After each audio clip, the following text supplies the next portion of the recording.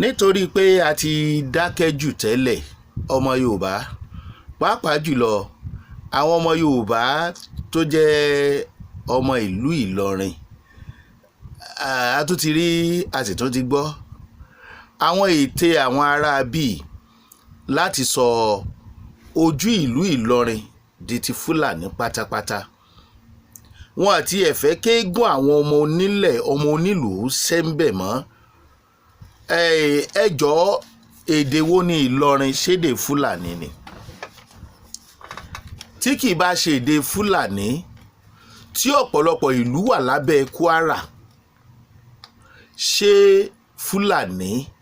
tó ní àwọn tẹ ìlú Ìlọrin dólónìí ṣòótọ́ ni ìta ń sọ nípa ìtàn rèé o kò yẹ ká yọ ìtàn kúrò nínú ẹ̀kọ́ táwọn ọmọ iléèwé ń kọ́ lórílẹ̀‐èdè Nàìjíríà pàápàá jùlọ nílẹ̀ Yorùbá ó yẹ kó ní kálukú mọ ibi tó ń lọ ó yẹ kó ní kálukú mọ ibi tó ti ń bọ̀ àti ibi tó ti ṣẹ̀ wá káwọn ọmọ àlè kankan mọ̀ wá sọ wípé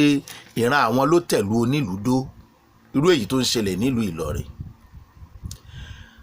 a gbọ́ ìwé ìròyìn gbé pé àwọn ọmọ Yorùbá tó wà nípínlẹ̀ Kwara pàápàá jùlọ nílùú Ìlọrin ti yarí lórí ìkíni wọ́n ti ń jí a ti sùn tẹ́lẹ̀ ṣùgbọ́n mọ́fòkò bàbá mi dáná ọjọ́ kan lèèyàn ń kọ́ kì í ṣe tógun o èmi ọmọ ó lè jẹ́ tógun ó lè jẹ́ pẹ̀lú àdúrà ó sì lè jẹ́ pẹ̀lú mi ọ̀gbà tí èèyàn bá wà lórí ẹ̀tọ́ tí ò ṣe jàgídíjàgan ẹnu la fi sọ ìdí la fi jókòó nígbà tí wàhálà bá fẹ́ ṣẹlẹ̀ níbì kan ọ̀rọ̀ ló ń bẹ̀rẹ̀ tí ó bá tún parí ọ̀rọ̀ wọn ò fi parí ẹ̀ ọ̀rẹ́dì àwọn Fúlàní wọ́n gbà pé àwọn làwọn nílùú Ìlọrin ṣé ẹ mọ̀ pé Ìlọrin ni capital Kwara State ó dàbí Àbújá tí àwọn northerners ní bó ṣe jẹ́ olúùlú Nàìjíríà yẹn àwọn làwọn ní gbogbo Nàìjíríà Èkó ní kọ́kọ́ ń bá fà tẹ́lẹ̀ nígbà tó jólú ìlú nígbà ọ̀yá wọn ní no man's land ni báwọn ọmọ Èkó bá gbà problem tiwọn nìyẹn ṣùgbọ́n tá à ń sọ ni pé lóòótọ́ ọ̀dàlẹ̀ wà nù ran Yorùbá tó pọ̀ ṣùgbọ́n àwọn máa lè tí wọn ò fẹ́ kílẹ̀ Yorùbá ó rójú alálẹ̀ ó mú wọn àwọn ọmọ ọkọ náà ti ń dìde bó ti wulẹ̀ kó rí gbogbo wa ò lè jọ máa lè tán wọ́n ti ń change face ìlú Ìlọrin ẹ má gbàgbé wípé nígbà mo rántí bàbá yìí Brigadier General Bámgbóyè ni gómìnà ológun bóyá ọmọ ológun orí omi ń gbà yẹn ni wọ́n dá government house ti ìpínlẹ̀ Kwara ni wọ́n dálẹ̀ wọ́n pè ní Kwara State Government House bí ọgbọ́n wọ́n sọ di kí ni wọ́n sọ dà yẹn o ó dàbí pé wọ́n sọ di wọ́n change symbol yẹn wọ́n yí kúrò wọ́n sọ di Ahmadu Bello Government House nílùú Ìlọrin nípínlẹ̀ Kwara Ahmadu Bello kì í ṣe pé ìjọba ò lè ṣe fúnra ẹ̀ ibi tó bá wùjọba ló lè forúkọ ran àtẹ̀yà sí ṣùgbọ́n ta làwọn consult wọ́n ń dọwọ́ wú ta ló sọ di Ahmadu Bello tó bá jẹ́ pé wọ́n sọ di àwọn tó dá sílẹ̀ bíi Brigadier General Bámgbóyè yẹn ní ṣe bí ìbásàn ọ̀dà oyè ọba ìlú Ìlọrin wọ́n sọ di Emir of Ìlọrin kò lè sí ṣé Yorùbá wo ló fẹ́ sọ pé òun Olú of Ìlọrin ní ìsìn tí wọn ò ní dá wàhálà lẹ̀ lórí nǹkan oní nǹkan ẹ̀yin ọmọ Yorùbá kì í ṣe pé à ń sọ wípé kájà ṣùgbọ́n a lè gbẹ̀tọ́ wa padà láwọn ọ̀nà kan lórí pé mi ò gbà mọ́ fi lọ̀ mí Emir Ìlọrin ti dúró ìyẹn ni pé ọba Fúlàní ló wà nílùú Ìlọrin báwo ni Ìlọrin ṣe jẹ́ ti Fúlàní ṣédè Fúlàní ní Ìlọrin ṣèlú Fúlàní ní Ìlọrin ara ìwà alọ́nilọ́wọ́gbà tá à ń sọ rèé tí ò fi yẹ ká gbàgbé ìtàn bó ní Ìlọrin ṣe jẹ́ mò ń bọ̀ ń bẹ̀ o. ṣùgbọ́n bàbá ti rántí ìtàn ìlú Ìlọrin ẹjá máa sọ fún wa wípé ìwé ìròyìn tún gbé wípé wọ́n fẹ́ sọ yunifásitì ìlú Ìlọrin ìyẹn uni Ìlọrin wọ́n tún ń gbèrò láti sọ di ti Sheikh Alimi University. Sheikh Alimi University. Alimi tó kógun jà Àfọ̀njá wọ́n lórúkọ Àfọ̀njá láti sọ di yunifásitì nítorí pé àwọn ni wọ́n ń jọba ìlú Ìlọrin. Ọmọ Yorùbá ẹ̀ ń sùn ni ṣùgbọ́n àwọn ọmọ Yorùbá kan ti dìde ẹgbẹ́ yẹn KSCM ni wọ́n pè wọ́n olórí wọn ti kọ lẹ́tà jáde pé àwọn ò gbà kò jọ àwọn Kwara State something ṣá kò jọ o àwọn forum kan ni ó dàbí ẹni pé ìran Yorùbá ti ń jí pàápàá jùlọ nílùú Ìlọrin. Àdúrà tá à ń gbà ní wípé káwọn ọba tí wọ́n ń fẹ́ Fúlàní kán mọ̀ tó kógun tó ja Ìlọrin kán mọ̀ fi ja ìlú wọn torí pé wọ́n mọ bẹ́ẹ̀ ṣe ń pera wọn wọlé nígbà tí wọ́n bá padà pọkọ tán. Wọ́n ti ń fi wọ́n tọrọ fáwọn ọba wa kì í ṣe pé wù wọ́n kán fọmọ wọn tọrọ fún Yorùbá kódà ẹlòmíì lè fìyàwó ẹ̀ lẹ́nu wọn nítorí kíni nítorí tí wọ́n fẹ́. Kí ni ẹ sì fẹ́ wọ́n fẹ́ gba ilẹ̀ wọ́n fẹ́ gba ìlú. Ẹjọ́ kí ni ìtumọ̀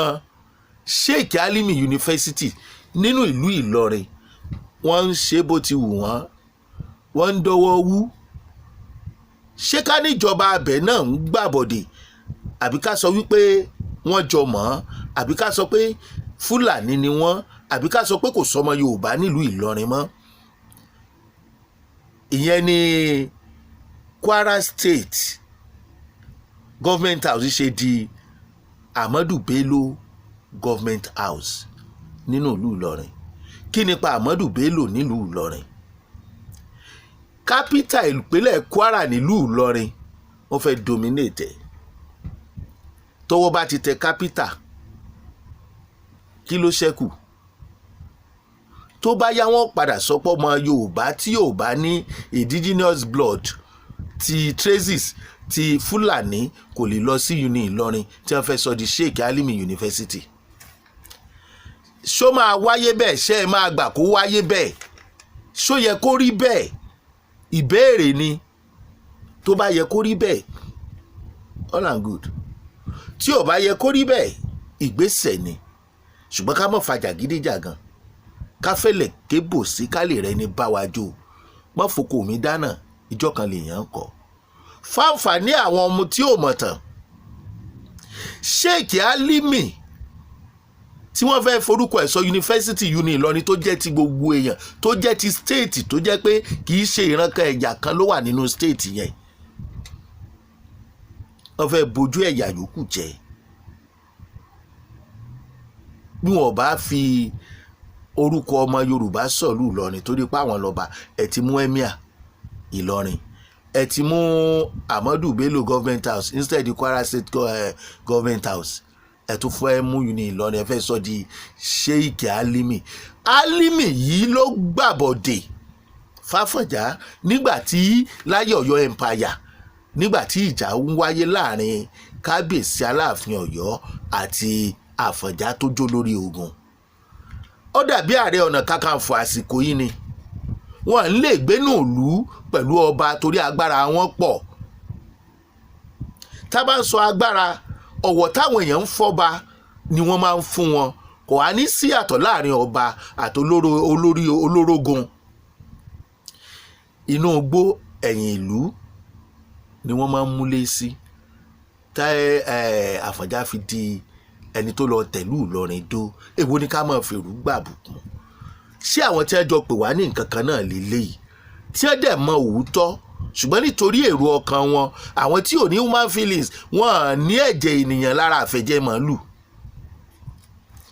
Àwọn ní ẹni kájọ máa tọwọ́ bàwú kájọ máa jẹun nínú ìfẹ́ kan ṣoṣo. Ṣáwọn yẹn nífẹ̀ẹ́ ṣá ṣé ọmọ tó ń pè nífẹ̀ẹ́ àwọn tẹ̀mí èèyàn ọ̀jọ́ lójú. lẹ́yìn ìgbà tíjà wá wáyé láàrin Àfọ̀njá tó tẹ ìlú Ìlọrin dó nítorí pé kò lè gbé pẹ̀lú kábíyèsí nílùú Ọ̀yọ́ empire àgbà yẹn tí wọ́n gbógun tàfọ̀njá táwọn ọmọ ogun ẹ̀kan gbàbòdè ló nílùú ọmọ ogun ibi tó wà tá Álímì ti mọ́ra nìyẹn. Álímì tó jẹ́ Fúlàní àrán wa létí ni Álímì bá ja ogun yẹn ó bá gbógun ti àwọn ọmọ ìyá ẹ̀ torí ọmọ ìyá ẹ̀ ní Ọ̀yọ́ empire lẹ́yìn ìgbà tán ṣẹ́gun tán ní wọ́n ní kó fòkú nìṣó kẹ́ ẹ lè mọ̀ pọ́ dàlẹ̀ làwọn aráabí tí wọ́n ní kájọ máa ṣe. bí wọ́n ṣe pa Àfọ̀njá nìyí o àwọn tó gbèjẹ iná padà pa la fi ń sọ fún gbogbo ẹ̀yin tẹ́ ń fún wọn nílẹ̀ tẹ́ ń talẹ̀ fún wọn ni wọ́n padà pa yín tọmọtọmọ tẹbítẹbí taratara gbogbo ẹ̀yin tẹ́ ń kó màálù lé wọn lọ́wọ́ ọwọ́ wọn lẹ̀mí yín máa padà bọ́ sí gbogbo ẹ̀yin tẹ́ ń kó AK-47 lé wọn lọ́wọ́ ẹ̀yin ni wọ́n fi padà ṣekú pa tẹbítẹbí taratara yín torí ẹ̀ mọ̀ wọ́n ni láìpẹ́ wọ́n mú àwọn darandaran wọn pẹ̀lú AK-47 lẹ́yìn ìgbàjọ tí ìjọba ti sọ pé kó ń kálukú kó nǹkan jẹ ogun ẹ̀ lẹ̀ kí ni darandaran ń ṣe pẹ̀lú AK-47 kí ló fi ń ṣọ́ erin ni àbí kìnìún àbẹ́kùn ló ń mú kiri torí tó bá fẹ́ ṣe léṣe màálù tẹ́jọ gbédè ara wọn nítorí káwọn àgbẹ̀ ó mọ̀ bá a sọ̀rọ̀ tí wọ́n bá ń fi màálù tí oko wọn wọn ó kó àdá wọn ó kó dà sàǹdà AK-47 tí ò sí lọ́wọ́ àwọn ológun mò ń sọ Àmọ̀tẹ́kùn ò tí ì lo ìbọn tó wà lọ́wọ́ àwọn darandaran bá a ṣe ń sọ lọ́wọ́lọ́wọ́ pẹ̀lú gudugudu méje jàyà mẹ́fà tí ń ṣe wọ́n approve ẹ̀ àwọn tí wọ́n wá approve tí wọ́n dẹ̀ ní nǹkan kan ṣe pẹ̀lú ààbò ìlú àwọn ní ń gbé AK-47 káàkiri tí ẹ fi ń jí àwọn aráàlú gbé wọ́n turn to bandit kidnappers wọ́n tún fẹ́ gba uni Ìlọrin tó jẹ́ ti state uni Ìlọrin tó jẹ́ gbogbo Ìlọrin lónìí gbogbo ìpínlẹ̀ Kwara lónìí wọ́n fẹ́ sọ di Sheikh Alimi University allegedly ṣùgbọ́n wo ìròyìn gbé pé àwọn ọmọ Kwara láwọn gbá ọmọ Ìlọrin lájọjọ́ Yorùbá bẹ ní láyé tó bá jẹ́ òótọ́ ni yá tètè sọ fún ọkàn má ṣe igi mú ẹlẹ́dẹ̀ ti wọgbà tán ó yẹ kán rọra máa ti igi mú ẹlẹ́dẹ̀ yẹn bọ́ síta díẹ̀díẹ̀ ni kí gbogbo ara rẹ̀ wọ́n má bàa wọgbà. Ìtàn ṣe pàtàkì nínú ẹ̀kọ́ àwọn tán mú láwọn darandaran wọn nípínlẹ̀ Kwara wọn ò sọ̀rọ̀ lé lórí àgbọ̀n kankan lẹ́nu Emir Ìlọrin àgbọ̀n kankan nígbà tí wọ́n ń sọ wípé ká má kó Fúlàní sínú àwọn security team nípínlẹ̀ Kwara ó dàbí ẹni pé àwọn èèyàn ètì wọn ṣe bẹ́ẹ̀ padà gbọ́ ohun tán ṣe gbogbo tán kó ní ẹ lọ́wọ́ ebi ẹ padà fi sọ ìjọba lẹ́nu kí ni ẹ fi ṣe níbo ni ẹ ti mú wọn ibo ni ẹnìkan máa sọ bóyá fẹ́ lọ máa jiyàn gbé ń bò mí pẹ̀lú irinṣẹ́ tíjọba kó lé wọn lọ́wọ́ ẹ mọ̀ wá wọn díẹ̀díẹ̀ ẹ mọ̀ bóyá wọ́n ṣe é bá gbé àbí wọn ò ṣe é bá gbé bóyá wọ́n ṣe é bá tò àbí wọn ò ṣe é bá tò àwọn ọmọ Yorùbá ti fárígá fún Emir ìlú Ìlọrin kí ni pati Sheikh Alimi kó tí orúkọ rẹ̀ fi yẹ kó jẹ́ orúkọ yunifásitì uni Ìlọrin ọ̀dàlẹ̀ apààyàn akógunjọ ọmọ onílẹ̀ ní orí ilẹ̀ yẹn náà ẹ̀ tiẹ̀ wàá fẹ́ rí traces ọmọ Yorùbá mọ́ ṣé èèyàn kan ó sọ pé kábíyèsí Ìlọrin lòun ní ìsìn àbúlù Ìlọrin àbí onílọrin ọ̀fìn Ìlọrin táwọn arábí ò ní kógunjà lórí ilẹ̀ bàbá ẹ̀ ta lè ní náà gbogbo ọmọ Yorùbá lọ̀rọ̀ yìí wá kàn torí tí Ìlọrin tí ò bá rí bẹ́ẹ̀ ni wọn ò ní máa rò pé bẹ́ẹ̀ ló yẹ kó rí níbi gbogbo ọlá apọ́lọ́hún fún wọn ṣe ni o èmi kí gbogbo ẹ̀yin tẹ́ ń wò wá ń lé o ṣó yẹ kó rí bẹ́ẹ̀ o uni Ìlọrin kó padà di Sheikh Alimi ọ̀dàlẹ̀ yunifásitì kí wọ́n á máa sọ fún ipò ọmọ Yorùbá tí ó bá wọ bẹ̀ yóò lọ gbà wíwá lọ́wọ́ Emir Ìlọrin kó tẹ́lẹ̀ wọ yunifásitì Ìlọrin ẹ mọye ìlú tó wà nínú Kwara State. Mo gbọ́ pé àwọn Èkìtì kan, àwọn Ìgbàjà kan, àwọn kìnní kan, àwọn Ọlọ́fà kan, gbogbo yín pátá bọ́mọ yín ọba wọ uni Ìlọrin. Kódà bí wọ́n bá mú ọmọ látèkó sí uni Ìlọrin yóò lọ gba lẹ́tà, yóò lọ forí balẹ̀ lọ́dọ̀ ẹ̀mí ìlú Ìlọrin. Ṣé kan sọ di Sheikh Alimi University. Ṣé wọn Agboola lórúkọ tèmi. Ẹ ṣe bẹ́ẹ̀ ṣe ń wò wá.